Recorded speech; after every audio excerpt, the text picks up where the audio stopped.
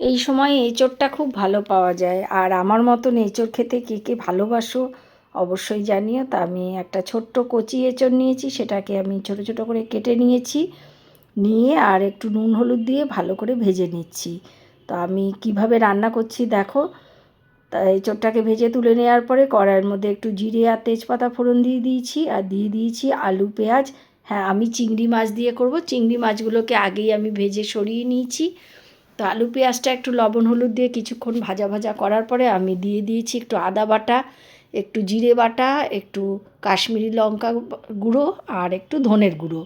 এই আমি মশলা দিয়েছি, দিয়ে বেশ কিছুক্ষণ কষা হতে দিচ্ছি। টেস্টের ব্যালেন্স আনার জন্য আমি এই সময় একটু চিনিও দিয়ে দিয়েছি, আর দিয়ে দিয়েছি একটু গরম মশলার গুঁড়ো।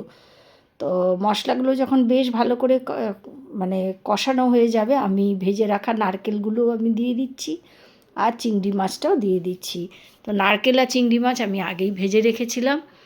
তো এই যে বেশ ভালো করে এটা কষিয়ে নিচ্ছি, একটা সুন্দর গন্ধ বেরোবে, তেল ছেড়ে দেবে, তারপরে আমি একটু জল গরম করে এর মধ্যে ছেড়ে দেবো। তো তোমরা কারা কারা আমার মতন করে এইরকম করে রান্না করো আর খেতে ভালোবাসো আমাকে অবশ্যই জানিও। এঁচোড় চিংড়ি আমাদের বাড়িতে সবাই খুব ভালোবাসে, তাই মাঝে মাঝে এটা আমি রান্না করি গরমকালে।